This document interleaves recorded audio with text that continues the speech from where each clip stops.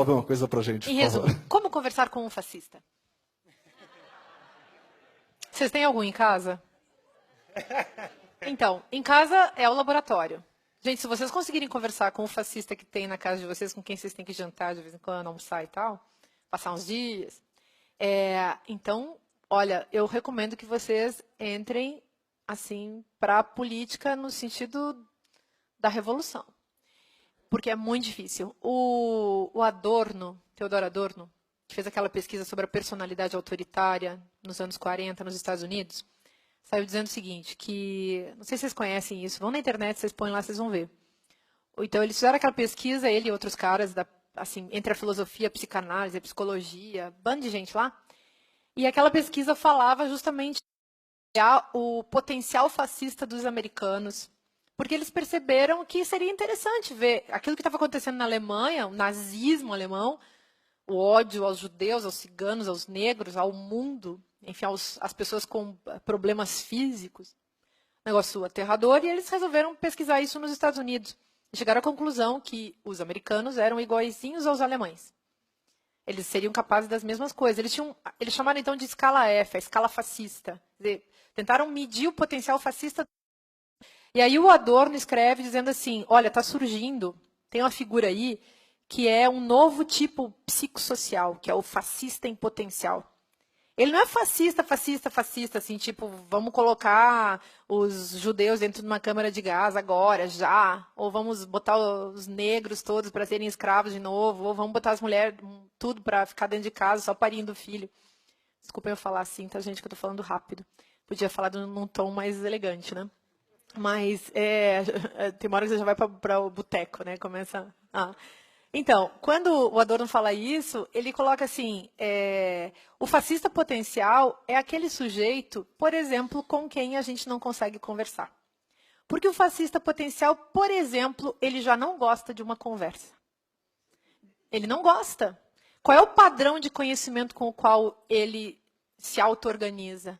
O conhecimento paranoico, que é o conhecimento em que tudo está pronto. Então, e ele olha o mundo à luz da sua própria vida, né? Então, ele aprendeu, porque se ele teve uma religião, se ele teve uma família, se ele está numa classe social, ele interpreta o mundo à base daquilo que ele experimentou. É verdade que a gente interpreta o mundo à base das nossas experiências mais básicas, mas existem experiências que permitem ampliar os nossos horizontes. O fascista, ele não gosta de ampliar os horizontes. Nunca. Então, por exemplo, eu noto muitos que têm ódio, por exemplo, do Jean Willis. É um negócio impressionante como a figura do Jean Willis desperta um ódio fascista. O que tem no Jean Willis que as pessoas não gostam? O fascista potencial não gosta de alguém aberto para conversa. Não gosta de alguém feliz. Não gosta de alguém corajoso. Não gosta de alguém que mostra que o que ele pensa absolutamente não faz sentido. E não gosta também de saber que a sexualidade da outra pessoa deixa ela muito feliz, enquanto que ele mesmo não pode ser feliz. Então, não pode ser feliz, inclusive, nessa seara. Todo, diz o Adorno, o fascista em potencial, ele é hiperfixado em sexo, mas muito. Ele está sempre preocupado, porque ele vai, como bom paranoico, ele fica tentando controlar o mundo. Então, se alguma manifestação de sexualidade não encaixa no paradigma dele, ele fica doido. Doido, óbvio, na base ele tem um desejo mal resolvido, claro que sim, é óbvio. E se a gente vai no Freud, assim, ele está louco para que o contato aconteça, né? Que é aquilo na ordem do que o Freud chamava de inversão do temor de contato. Eu vou lá, eu sou heterossexual, branco, europeu e tal, vou matar um gay, que é o único jeito que eu tenho de botar a mão nele, de pegá-lo. Desejo. Desejo mal resolvido, gente, vira ódio. Amor mal resolvido vira ódio mesmo. Isso a gente poderia também elaborar melhor, mas vamos ficar com essa ideia só para a gente refletir nesse momento. Então, como conversar com um fascista? Ele odeia a vida intelectual, ele odeia tudo que, enfim, não se encaixa dentro da brutalidade dos seus padrões. Nada que permita questionar é bem-vindo para um fascista. Então, a vida intelectual, as artes, Ele não gosta, porque ele não gosta de nada também que seja afetivo.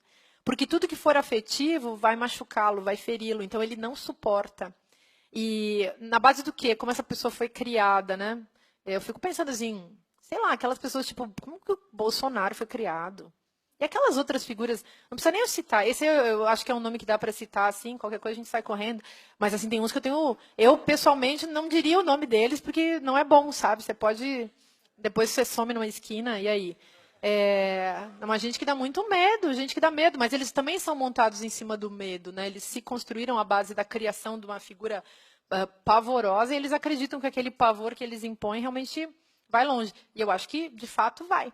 É uma pena, mas isso deveria ser invertido. A gente teria que desconstruir isso. Como conversar com um fascista, portanto. O fascista é inabordável como um paranoico. E por quê? Por quê? Por quê? Por quê? Por quê?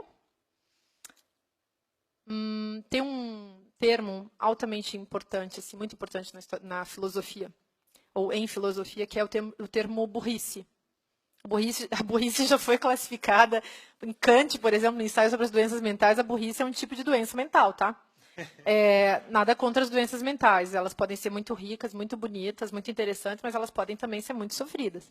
Agora, a burrice é uma coisa que, em geral, não faz sofrer o burro, faz sofrer o outro.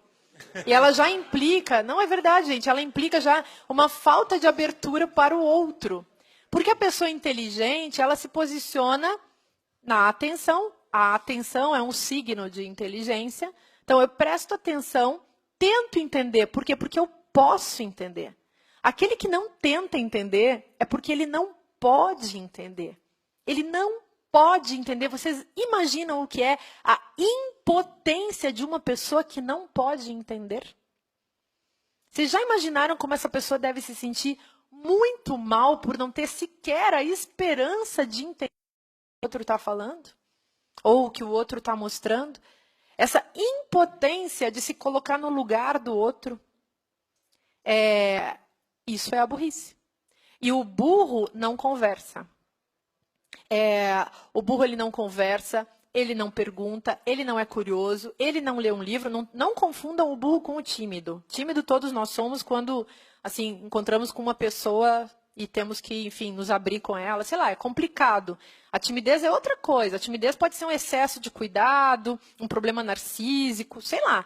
Agora, a burrice não. A burrice é sempre prepotente. Prepotente. Essa é a marca da burrice. Então, o burro ele não dialoga. O Lacan também, Lacan, aquele psicanalista, ele falava, ele não vai para o consultório, né? E ele nunca vai fazer análise, porque o mundo dele está pronto. E em termos políticos, o burro é o canalha. Aliás, Lacan e Adorno bem parecido, porque o Adorno também falava que a inteligência não é só uma categoria cognitiva, é uma categoria moral. Então, se eu quero entender ou se eu não quero entender, faz toda a diferença. Tem um desejo, um impulso que está por trás da impotência para entender. Mas essa é a marca, né, da pessoa burra. Ele não vai conseguir. E por ele não conseguir, então ele se torna prepotente. Aí ele vem com ideias prontas. Aí ele lê aqueles filósofos que estão na moda.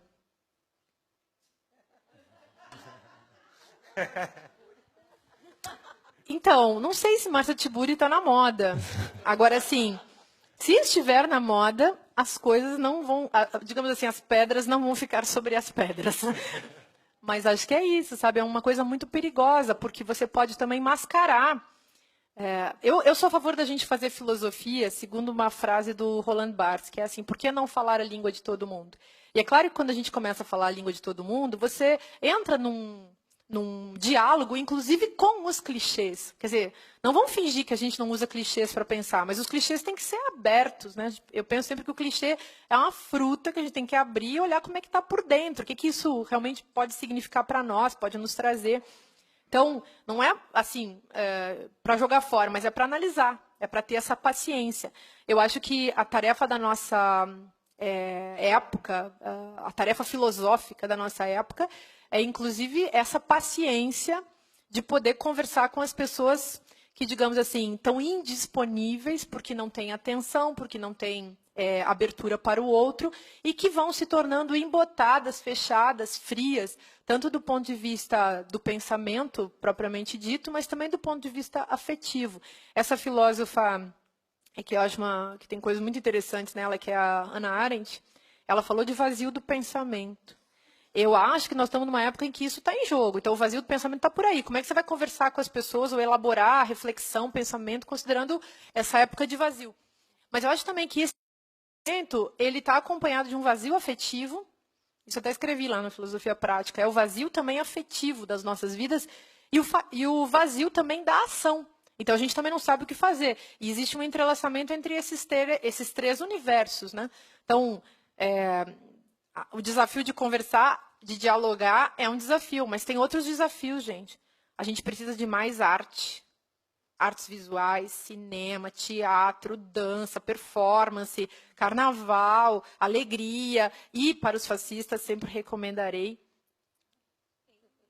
um beijo numa pessoa do mesmo sexo. Tipo, se você se